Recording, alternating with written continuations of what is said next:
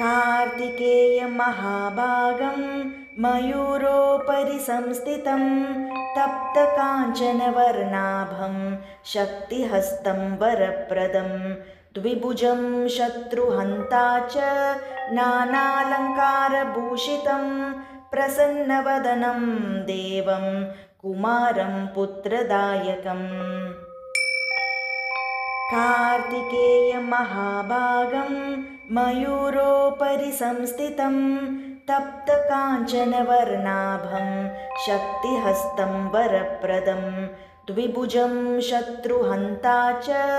नानालङ्कारभूषितं प्रसन्नवदनं देवं कुमारं पुत्रदायकम्